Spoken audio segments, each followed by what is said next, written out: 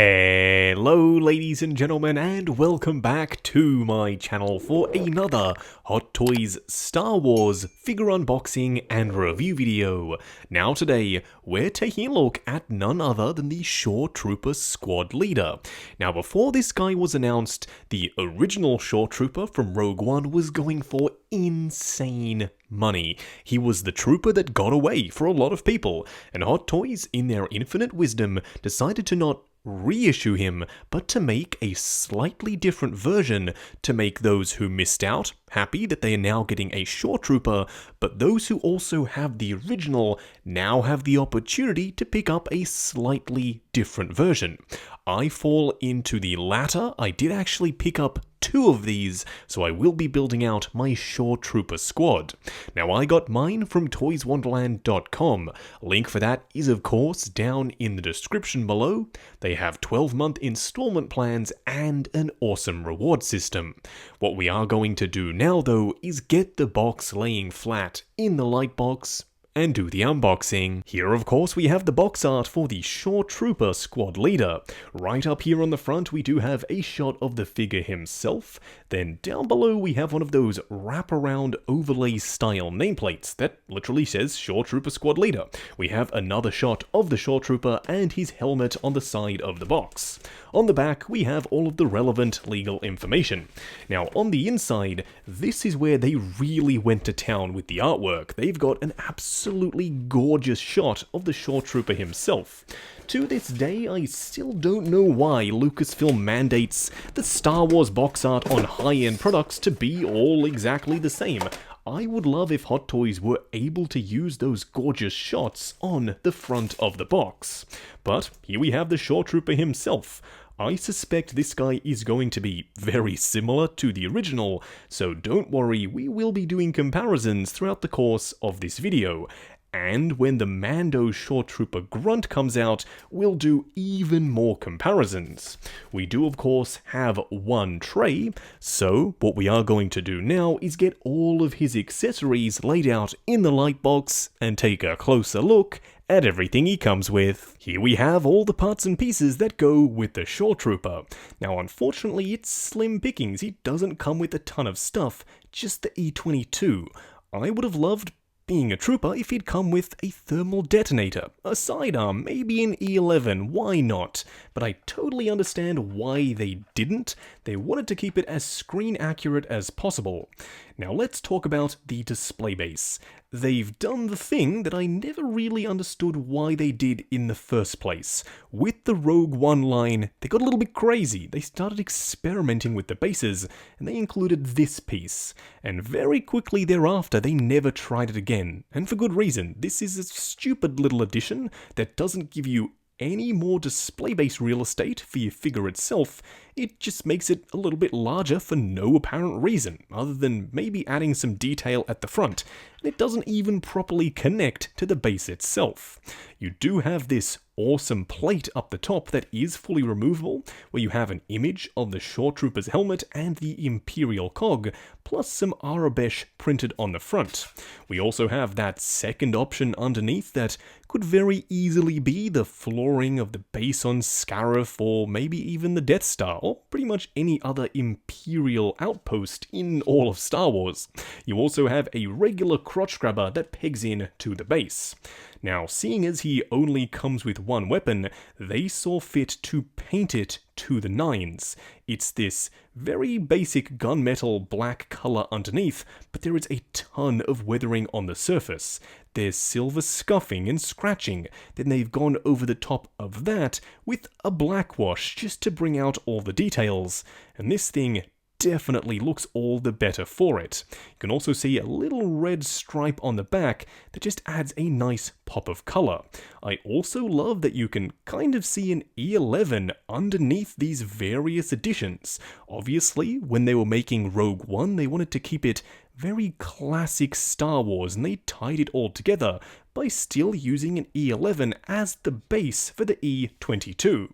Lastly, you do get a full complement of Stormtrooper style hands, just with a little bit more detail on the gloves themselves with the various textured panels and some wrinkles sculpted in. plus the plates on the outside are done in an awesome sand yellow with some weathering over the top. What we are going to do now though is get the Shoretrooper himself out here and take a closer look. Here we have him standing straight up and down in the light box, no crazy poses or accessories or anything like that, and for the most part it does what it says on the box. It's a Shoretrooper squad leader. It doesn't bring a ton of new stuff to the table, but it doesn't really have to. It just has to be a slightly different version of the Shoretrooper for your display.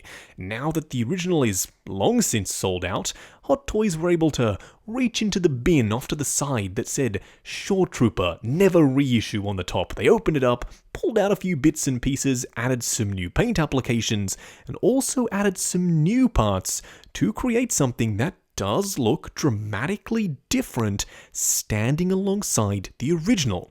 You will see that comparison, and I reckon you're gonna be surprised with how much is either new or different here. What we are going to do now though is take him off the rotating turntable, punch in, and take a closer look at the details. Here we have him up close and personal. Now he is largely very similar in design and also in paint applications to the original Rogue One Shoretrooper, which will make a lot of people happy because that's the one that so many people missed out on. I've heard a ton of collectors say that guy is their grail. Well, luckily, this guy's here and he's a lot more accessible.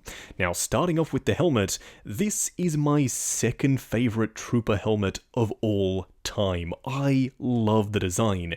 It's very classic Star Wars with this interesting sort of scout trooper like snoot and then a very flat visor along the front. He also has a blast shield up on top, and the entire thing is done in this very interesting sand yellow.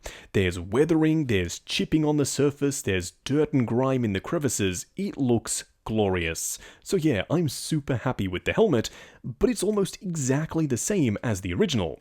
Now, one thing that I don't love is the rubber gasket on the neck, not because I think it's going to degrade, but because it's super stiff and sturdy, so when you are trying to move the head, it's a challenge to get it to go forward and back, because that piece right there is very restrictive.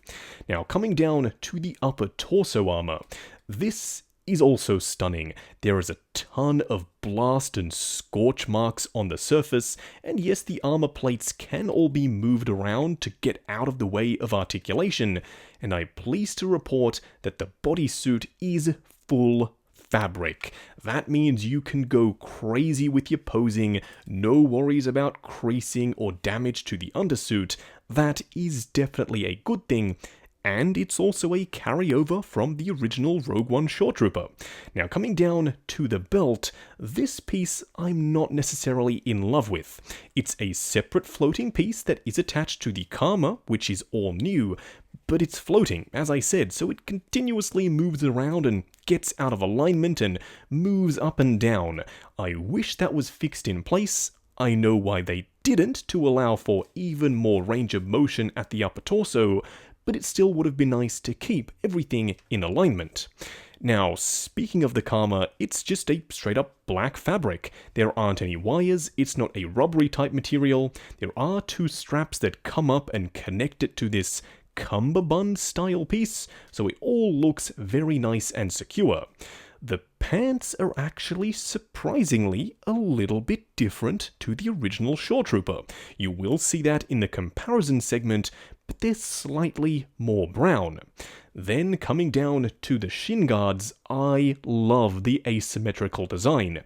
Still very classic Stormtrooper inspired, but they're done in that beautiful sand yellow with some weathering and dirt and grime on the surface. Lastly, he does have some very classic Stormtrooper looking boots, this time done in brown. They are fully sculpted plastic, so thank goodness no pleather or rubber to be seen here. These will last the test of time. There's also a very subtle amount of weathering just around the front, and he does have fully sculpted soles. I, for one, would have loved to see potentially a little bit of sand just flicked up onto the sides of his boots, but I totally understand why they didn't do it. They wanted to keep it nice and consistent with the original Shoretrooper. Overall, is this guy a worthy pickup? I'd normally say it's too early to tell in the video, but if you wanted the original one, this one is definitely a safe bet. Now for a quick side-by-side comparison, here we have the two Shoretroopers standing next to each other. And for the most part, they are largely quite similar. We will be addressing the in-depth comparison in the very next clip, but as you can see, they stand at exactly the same height, which makes perfect sense. They're using the same body and most of the same armor bits and pieces. The color schemes, though, are very different. There are also a ton of newly sculpted pieces specifically for the squad leader, so I do like that this guy is going to stand out and be different from the original Shoretrooper in your display. Now for a much closer up comparison, here we have the original Shoretrooper on the right and the new one on the left. Now they are largely very similar, as you'd expect. There is a ton of reuse here, but there's also a ton of new stuff. Now, starting off with the helmets first, they're identical, of course, that makes total sense. It's just that the original one has slightly more wear and tear, specifically up on the blast shield. In fact, you will find that throughout all of the armor here. There's just a lot more weathering, it's dirtier, it's grimier, and I, for one, definitely prefer that. Now, the biggest difference is when it comes to the color scheme. You're seeing a lot less blue on the left versus this guy, which has a ton more. Down here on the abdomen, up here on the chest, also on these side armor pieces, a yellow stripe and a blue one, whereas the new guy just has the one stripe up top and a little bit of blue on his shoulder pad. The rest of him is pretty much entirely clean, save for this little yellow mark on the front there. Then coming down to the belt, it is completely different as you'd expect. Even the back, where you have a couple more panels and pouches, the new one is just a straight up normal belt with the Karma skirt attached. That means these panels, which were so annoying to work with, because imagine you're trying to bring the leg up and it's colliding with these rubbery panels, they would get deformed and they would stick out like this and look all kinds of unsightly. You don't have that issue anymore, but potentially it looks a little bit less visually interesting compared to having the pouches and these panels down over the front of his thighs. Do let me know which look you prefer. Now, the biggest difference for me is the material and color of the pants. The old ones were a little bit softer and slightly baggier, whereas the new ones definitely feel like a sturdier, more structured material. You can definitely see that. There are a ton more wrinkles on the right here, where these are a lot smoother. They're also slightly browner, whereas this one leans more towards a greenish brown. Now, I don't know if that's accurate to the film. Maybe different ranks of troopers get different colored pants. You'll have to let me know. Now, coming down to the shin guards and the boots, they are pretty much identical. So at the end of the day, there aren't a ton of differences, but still enough for me personally to warrant picking up another Shoretrooper. Just going over articulation. Now, bear in mind, this is my personal copy of the figure, so I'm gonna be a little bit more careful. I'm sure when you get yours in hand, you can push the joints slightly further than I'm willing to go. Now, starting off with the helmet, it is on a double ball peg. That means there's one at the top of the neck, then one at the bottom. So going forward to about there, going back to there, swivel and pivot side to side. The only thing that's restricting it is this really thick rubber gasket around the neck itself. The arms will go up to about there before everything starts to collide. They will go forward and back on soft ratchets, butterfly joint at the shoulder, a double bend at the elbow, and of course a swivel at the bicep, plus a regular 1/6 scale wrist peg. You do have crunch forward and back on a very nicely segmented upper torso, swivel and pivot side to side. The legs will go forward to there. They are all fabric, so it's nice and movable, but there is a little bit of padding around the thigh. They will go out to about there, swivel at the upper thigh, a double bend at the knee, and of course lastly a ball joint for the ankle. Just going over the 3 cool and 3 annoying things. The first annoying thing, and by no means is it going to be a big deal for a lot of people I'm sure, but it's totally something that I noticed. If you take a look at the armor, he's very weathered, there's a ton of scratching and battle damage here and there. You can tell he's been through his fair share of battles. But when we look at the pants, they're pretty much brand new and pristine. The same thing can be said for the karma, and also for the material for his belt. It looks brand new factory fresh, which doesn't quite mesh perfectly with the rest of his armor. The second annoying thing is that there aren't any wires in the karma itself. Normally that would be perfectly fine if it just draped down, but mine has this annoying habit of just springing back out and looking a little bit goofy on both sides. Kind of like he's got these big bulky flared out pants. Some people, again, like the previous annoying thing, won't have a huge issue with that. But for me, I would have loved to have a wire along the edge and also along the bottom, just so I could get a little bit more dynamic with my posing. The third annoying thing, and it is largely subjective, it's how boring the display base is. I mean, you can either have him standing on his own face and an Imperial cog, or just some regular Imperial style flooring. But if you think about it, he's a Shoretrooper, so I would have loved if they'd given him this base, you know, a little bit of shore, some water, a little bit of a tree background here. This came with Chirrut from the Rogue One line as well, so it's a display base that they have used before in the very same line, so I think it would have worked really nicely with this Shoretrooper. It literally puts him in his element. The first cool thing is kind of a 2-for-1. The first part being it's now an opportunity to get a Shoretrooper if you missed out the first time around. The second kind of plays into that. He is a little bit different from the original, as you've seen from the comparisons. So you now have the option to either pick up your first Shoretrooper, or get one that very nicely complements your original. The second cool thing, and this is true of the original as well, is that there are a bunch of fabric elements at play. There isn't a ton of rubber, in fact there's only one rubber piece on the entire figure, and that's the gasket around the neck. That means you can go absolutely crazy with your posing and not have to worry about any creasing. The third cool thing is the way they did the boots. They aren't those usual Star Wars pleather style boots that go all the way up to the top. These are actually a split cut design. The top is a lot shorter than usual. That means you're getting maximum range of motion out of the ankles. Just wrapping up on the Shoretrooper Squad Leader by Hot Toys. Now going into this, I was really excited. I'm a massive Trooper fan, I love Rogue One, and the Shoretrooper design is among some of the best design work in all of Star Wars, in my opinion. I love the way this guy looks. The original was fantastic, and at the end of the video, can I honestly say this is a worthy successor, because he's kind of the only way of getting in at the ground level and building a Shoretrooper collection for a reasonable price. Yes, I think this guy is a great offering.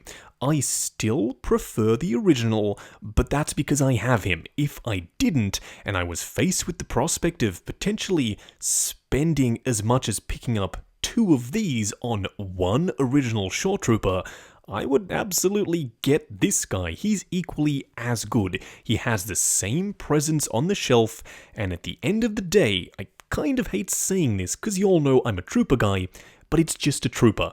Don't overcapitalize on spending on Stormtroopers and Shoretroopers and Death Troopers when there are so many main characters out there that could definitely command more of a presence in the display.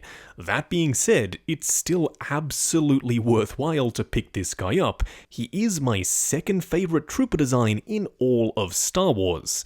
Now I got mine from toyswonderland.com. Link for that is of course down in the description below. They have 12-month installment plans, and an awesome reward system. While you're down there, why not check out the link to 6 Scale Network, the awesome Facebook group. Come along, chat figures, share photos of your collection, and of course, see what's coming up next on the channel. Like, comment, and subscribe, and we'll catch you in the next video.